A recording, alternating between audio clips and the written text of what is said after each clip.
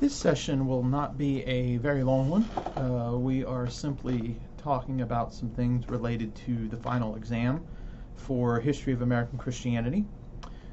So we won't be spending a lot of time doing that because of the way that the final exam is structured. There will be two essays on the final exam. One will be very similar to what we have talked about already, kind of an overview of the time period of the 20th century. And then the other will be more an evaluative essay. It'll be more comprehensive in scope in that it covers a wide variety of time periods, but it's not going to be as deep perhaps as some of the other essays you've written. I hope that this class has been useful to you in thinking about what it means to be a Christian in the United States and how so much of what we experience today has been affected and impacted by changes and developments that have taken place along the way, as well as thinking towards the future and what some of the current trends look like. So let's talk about the final exam. As I mentioned, it's going to be two essay questions. You will have an hour and 50 minutes to complete. So you do need to kind of, think about your the time and balancing that. It is open book, open note, but I would, spend some time preparing. I wouldn't necessarily suggest, writing a draft out beforehand, but it would be helpful to kind of get your notes together, think about the kind of questions I've asked before, and just kind of, have some organization there for you to draw on as you're writing the essay. Certainly during the exam is not the time to start, pulling everything together. As you prepare for the essay, I would encourage you to review the review video of the 20th century. In that video, certainly we don't go in depth in everything, so I'm not saying just focus on that.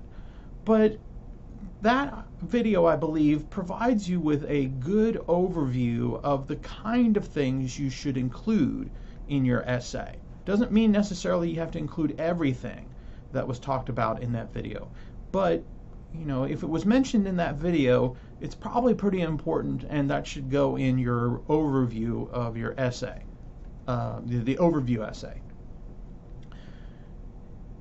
As with the other essays, I would encourage you to try to be as complete as possible. Don't just talk about general development and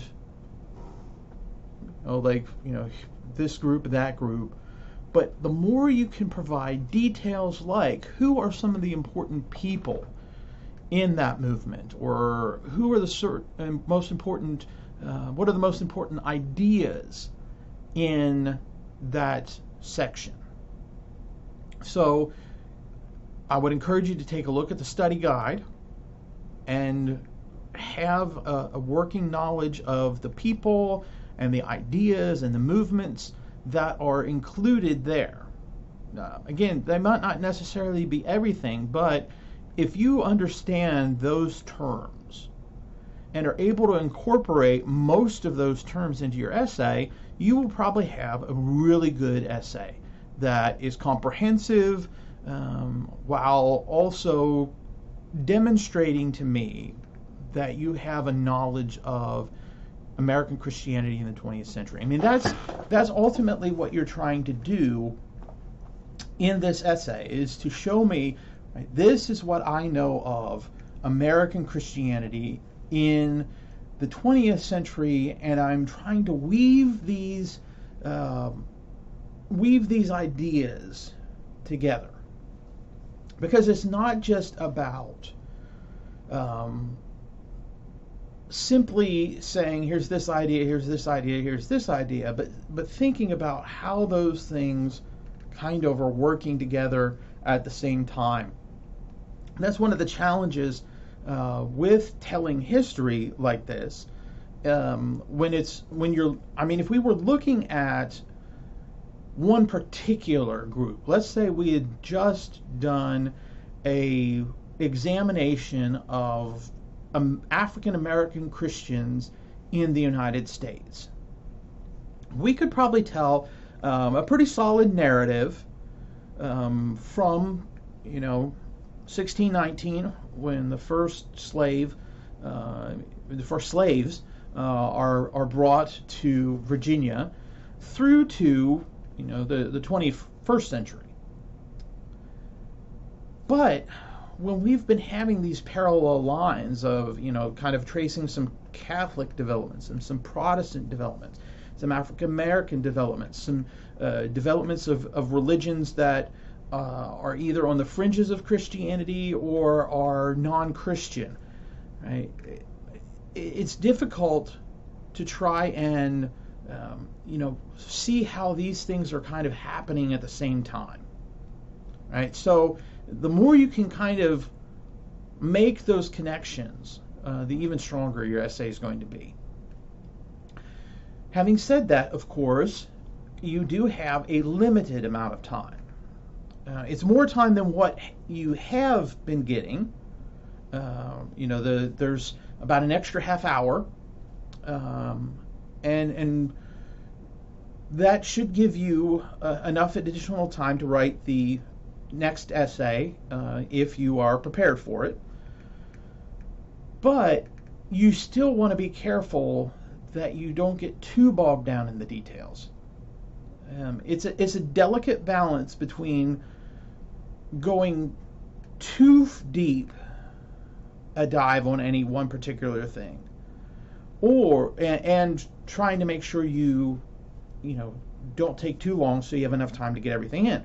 So be careful that you don't end up just writing an essay on Catholic Christianity in the 20th century, for example, right? And you start writing about it, and all of a sudden your time's up, and all you've done is written about Catholicism in the 20th century. So that's why I'm saying, that preparation and thinking about, all right, who are the people I need to cover? What are the movements I need to cover? Finding that balance is key here to writing a successful essay that meets with all the comprehensiveness, while also gives you enough time to write this essay and the next essay. And certainly reach out to me, send me an email. We can set up a time for a Zoom call. Whatever is going to help you as you prepare for this essay. So I would encourage you to take some time to think about it. Don't just say, okay, I generally know what I'm going to do, and then I'm going to jump into it, because you could end up either not giving enough detail, or you could end up getting too overly detailed and you end up running out of time. So finding that balance is important, which is why preparation is important. So the first essay will be kind of a review of 20th century Christianity. The second essay is what I'm calling an evaluation essay. One of the things that historians are often very careful about is how they judge the past. It is very easy to take our 21st century sensibilities and apply them to an 18th century context without first thinking about the world that they lived in. Now, I am not of the opinion that we cannot make judgments of the past, right? So we kind of, threading the needle here between using our 21st century sensibilities and judging the past, and not judging the past at all. No, I think that there certainly is a place for judging the past and thinking about, this development was positive, this development was negative, these were good actions, these were bad actions. We look at something like slavery, and I think certainly we can judge slaveholding as being wrong. I do not support, and I don't think many people would support the holding of people in bondage like what was done in the colonies and the South, the southern United States, and even the North for a time, right? We can't forget that for a time it was in the North as well. But we have to think through, first, understanding that world, right? Understanding those judgments, understanding those actions, and then also kind of understanding ourselves. What is leading me to make that judgment? Why am I judging this to be wrong, to be evil? So it's not that we shouldn't judge the past, it's we need to first understand the past before we can make those judgments.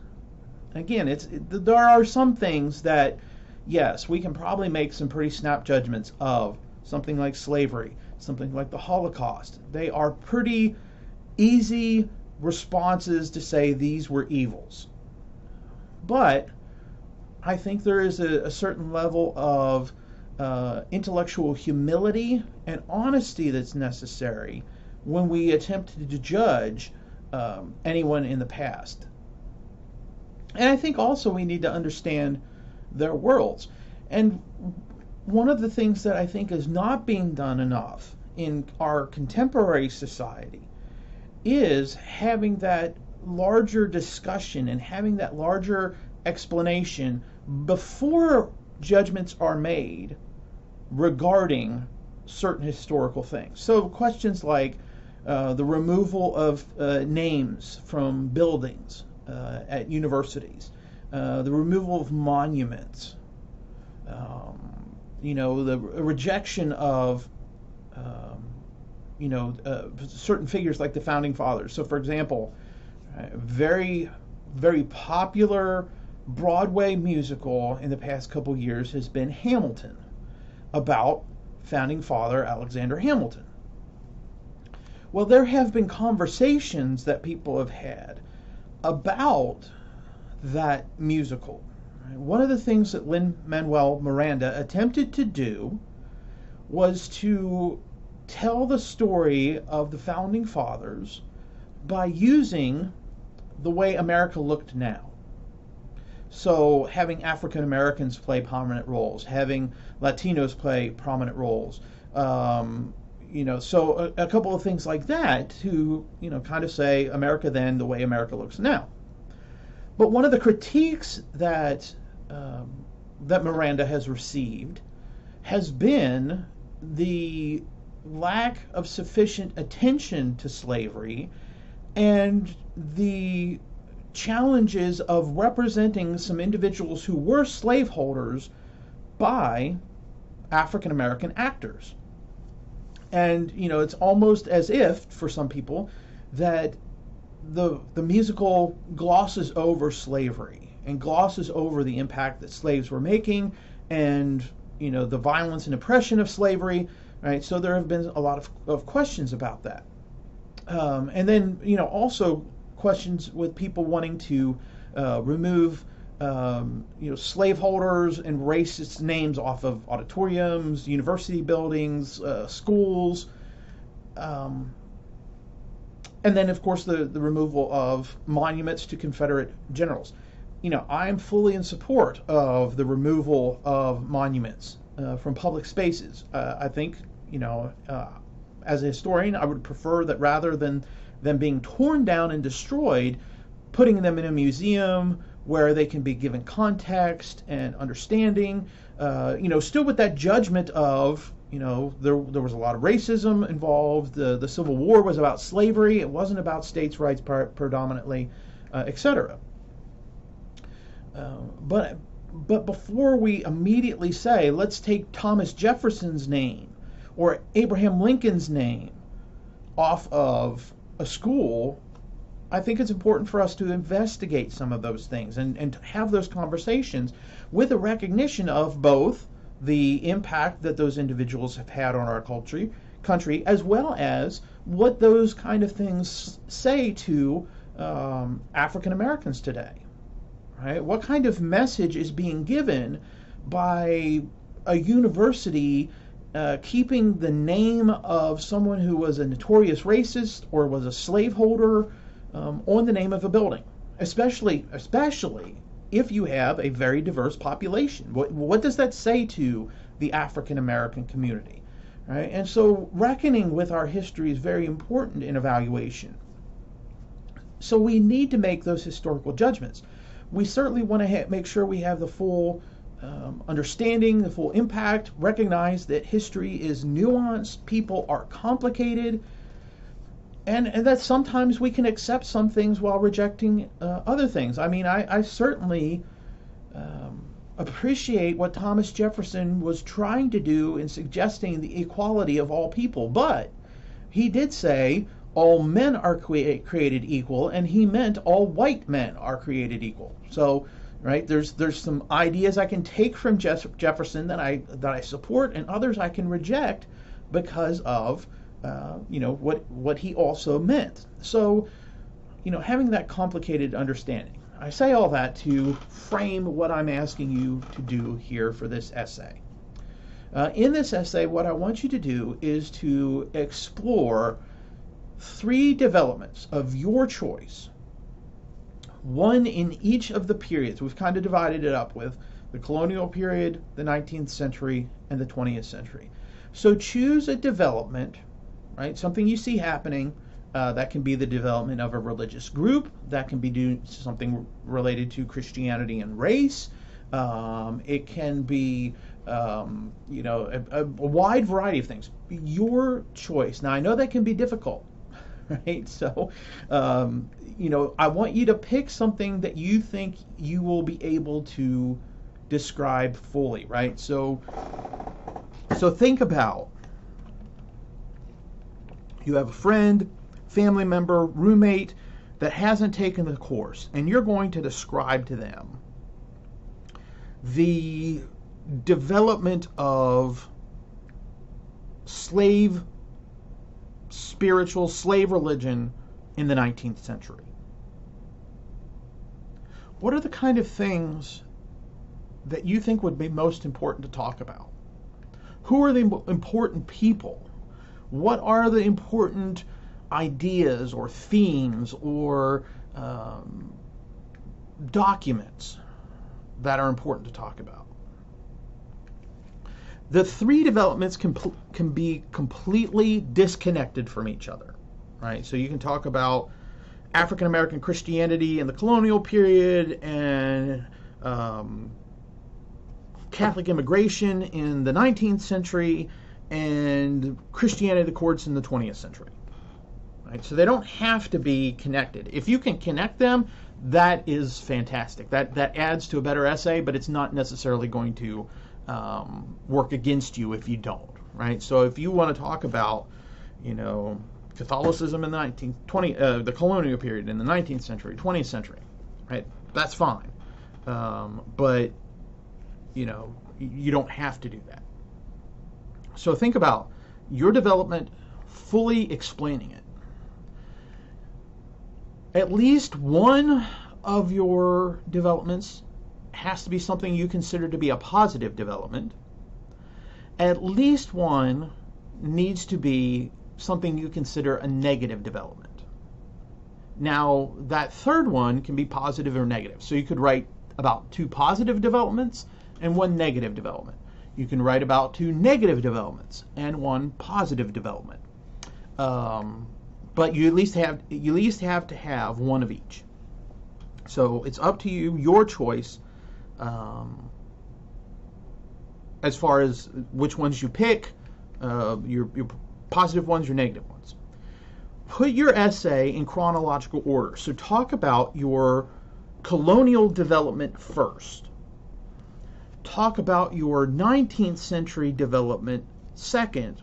Talk about your 20th century development third, right? So that's how your essay should go. If you can add an introduction and conclusion, that's great. You might be asking then, well, how long does this need to be?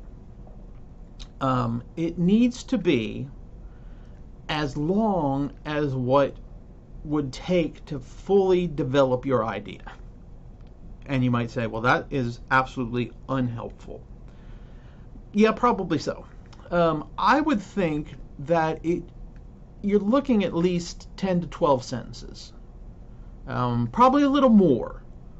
Probably not any less to fully kind of explain what it is. Now, I'm not looking for, 10 to 12 sentences on each development. So don't feel like you have to, give absolutely all the details. This essay is probably going to be shorter, should be shorter than the 20th century essay. But you want to make sure you say enough. And think of it again as you're talking to a friend, you're talking to a relative, a roommate, someone that's intelligent. They can understand things. They just don't know the content of this course. So don't write this essay like you're writing it for me. Right? Because you say, okay, well, you taught the course, so you know some of these people, some of these events. If you were writing this for a friend, what would be the kind of things you would need to explain? Right? The last part that is an important element is what's the standard that you are using to judge this development as a positive development or a negative development. Again, that standard is up to you. Certainly as this is a class in the Bible department at a Christian university, incorporating Scripture, right, might be a good thing. So, if you talk about slavery, you might say, something like,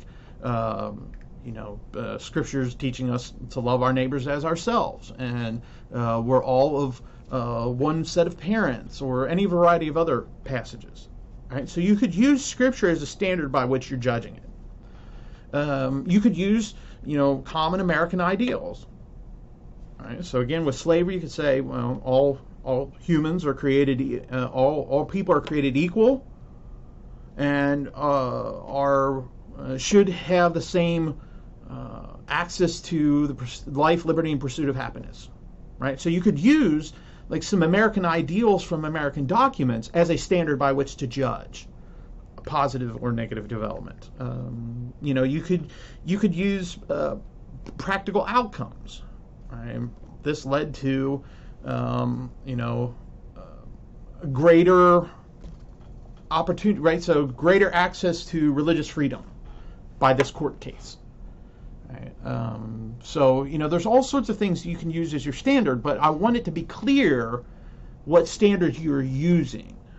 Right? So you could say, well, Scripture says, yada yada yada. Excuse me, I guess I shouldn't do that with Scripture. Scripture says, love your neighbor as yourself, and kind of incorporate that. Or you could say, based on our American ideals of religious freedom, this was a negative development. Right? So incorporate in there. It doesn't have to be a real in-depth discussion of what standard you're using, but you should have some indication in your essay about what you're using as the standard. Again, if you have questions, feel free to reach out to me. Be glad to talk to you more about it, listen to your ideas, maybe help you think through some of those things. Let me know what I can do to help you.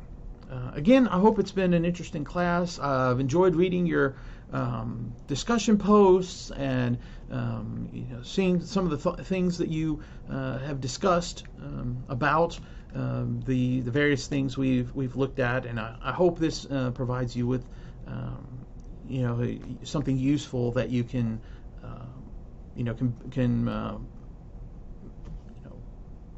take this material and and use it in some way that's useful. I hope you had a good class. I certainly have. And that brings this semester to a close.